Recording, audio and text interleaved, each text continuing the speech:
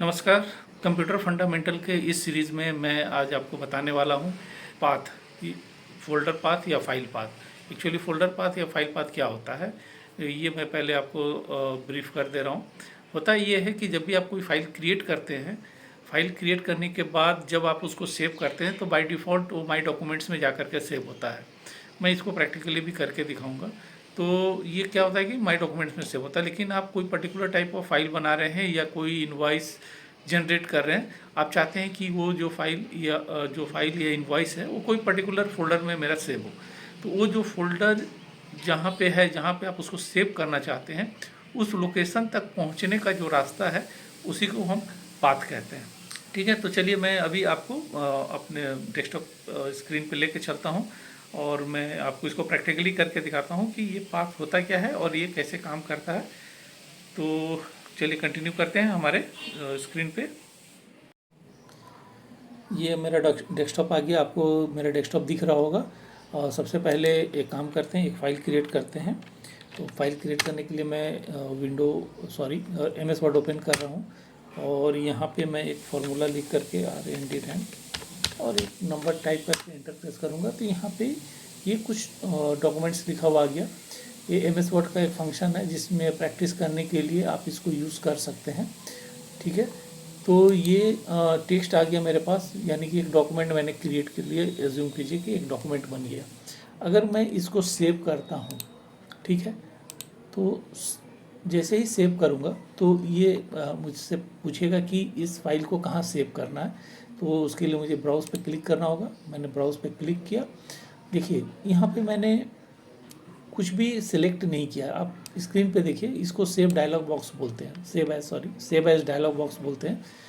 तो यहाँ पे बाय डिफ़ॉल्ट यहाँ पे देखिए डॉक्यूमेंट्स लिखा हुआ है। अब यहाँ पे फाइल का नाम जो भी हम देंगे, वो फाइल का नाम इस डॉक्यूमेंट फोल्डर के अंदर में जा कर के सेव हो जाएगा। जैसे सेव हो गया।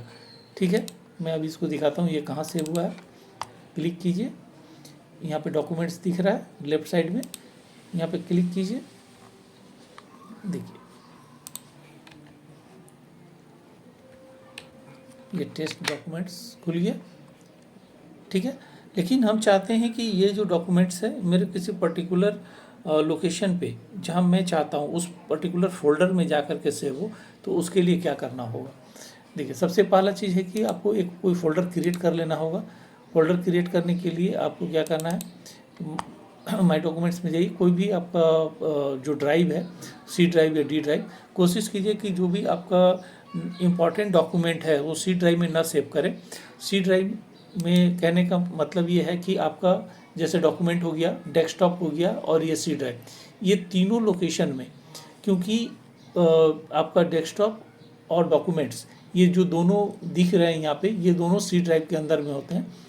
अगर किसी कारण से आपका लैपटॉप या कंप्यूटर करप्ट होता है तो सबसे पहले ये C ड्राइव ही करप्ट होता है, क्योंकि विंडो यहीं पे इंस्टॉल होता है। तो सबसे इम्पोर्टेंट बात ये है कि आपका जो भी लैपटॉप या डेस्कटॉप है उसमें आप एटलीस्ट 2 पार्टीशन आपको बना करके रखना होगा। और जो भी आप डॉक्यूमेंट्स बना रहे हैं उसको कोशिश कीजिए कि D ड्राइव में ही रखने का, क्योंकि C ड्राइव में रखना थोड़ा रिस्की होता है। C ड्राइव मीन्स आप डेस्कटॉप या डॉक्यूमेंट्स वहाँ पे ना रखें और उसको D ड्राइव में रखें। तो चलिए मैं D ड्राइव ओपन करता हूँ और यहाँ पे मैं एक फ़ोल्डर क्रिएट कर लेता हूँ, टेस्ट या इनवॉइस, कुछ भी आप नाम दे सकते हैं।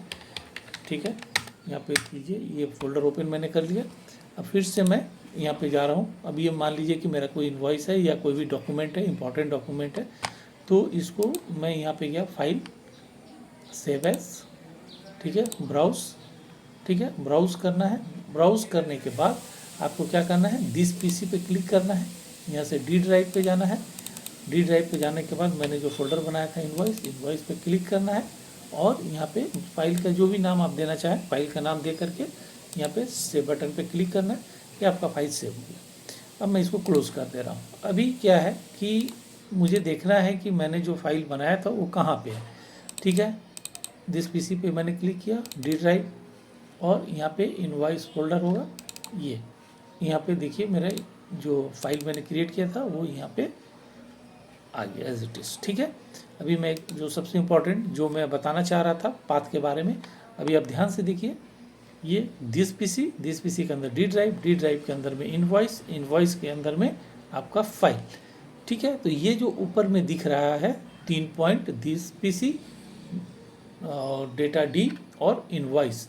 डेटा डी क्या हो गया, मेरा ड्राइव हो गया, मतलब डी ड्राइव। ठीक है, और इनवॉइस फोल्डर हो गया उसके अंदर में। अब ये जो दिख रहा है पूरा जो बार है, इसको हम लोग क्या बोलते हैं, एड्रेस बार। ठीक है, एड्रेस बार। तो यहाँ से हमें ये पता चलता है कि ये जो हमारा फाइल है वो कहाँ पे है, किस लोकेशन पे है। तो इससे क्या हुआ कि हमें फाइल को सर्च करने में इजी होता है। उसे सर्च करने के लिए हम यहाँ से भी नीचे जो टास्क बार में सर्च बॉक्स है, यहाँ से भी सर्च कर सकते हैं। लेकिन हो सकता है कि एक नाम से अगर 2 फाइल अलग अलग लोकेशन पे हो तो आपको सर्च करने में थोड़ा सा कन्फ्यूज़न हो सकता है। तो बेटर है कि आप इस चीज़ को याद रखें कि ये फाइल आपका किस ड्राइव में या किस लोकेशन पे है।